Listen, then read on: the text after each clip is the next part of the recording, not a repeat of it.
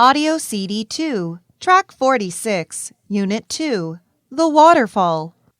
Juan speaks to someone at a tourist center about visiting a nearby waterfall. Welcome to the Tourist Information Desk. How may I help you?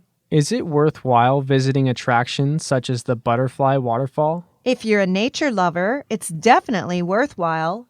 Okay, but I don't know where to start. Take bus 12 to the last stop.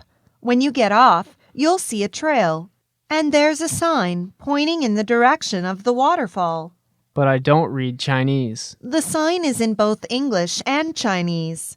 Oh yeah, make sure you stop along the way to see the 2,500-year-old cypress. Wow, that's a really old tree. One more thing.